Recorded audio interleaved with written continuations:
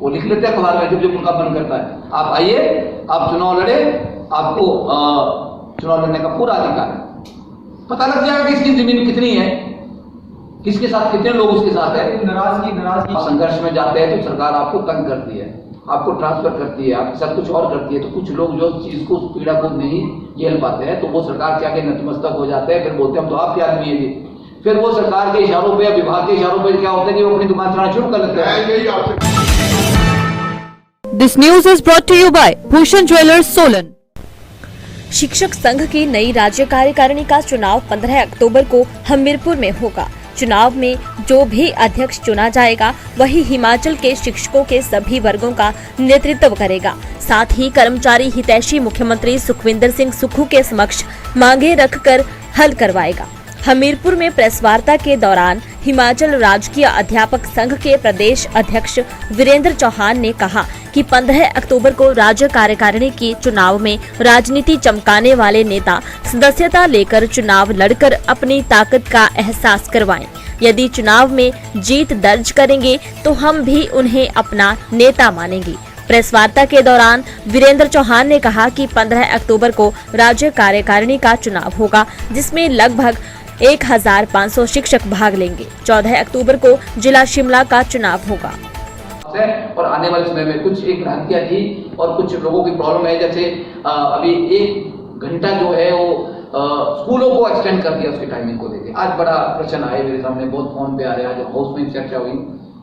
तो मैं कहना चाहता हूँ, कई बार विभाग के जो अधिकारी है ना, वो अपनी कुर्सी को बचाने के लिए या सरकार की गुड बुक्स में आने के लिए ना चीजों को मैनिपुलेट कर लेते हैं।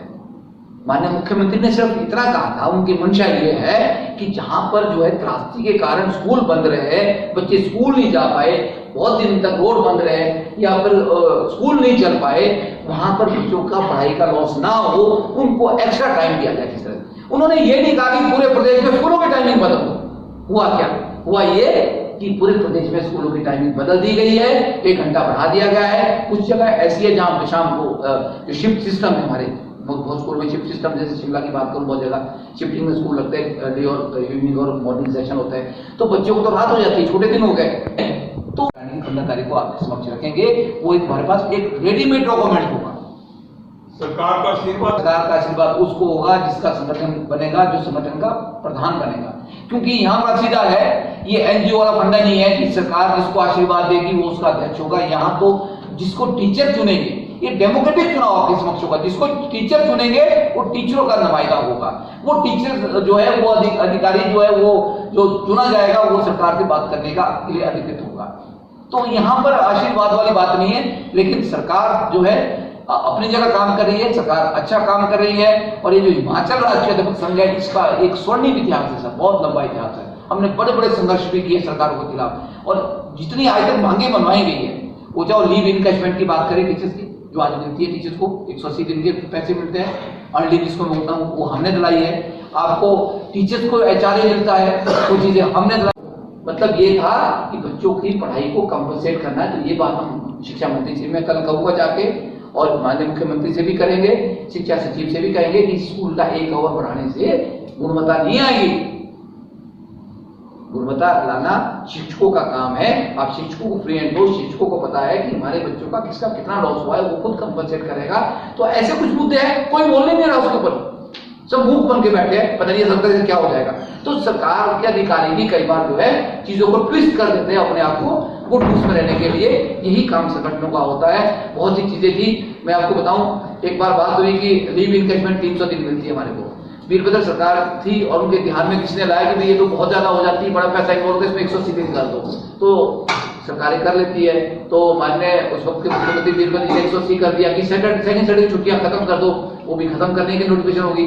तो हमने जब माननीय मुख्यमंत्री तत्कालीन वीरभद्र जी से बात उठाई कि इससे ये नुकसान होगा, ये फायदा होगा, उन्होंने उस दिन रिवोक कर दिया कि नहीं ठीक है, जो पिछला था वही करो, क्यों सेकंड सैटरडे छुट्टी बंद करनी है, कि वही टीचिंग डेज बढ़ाने हैं।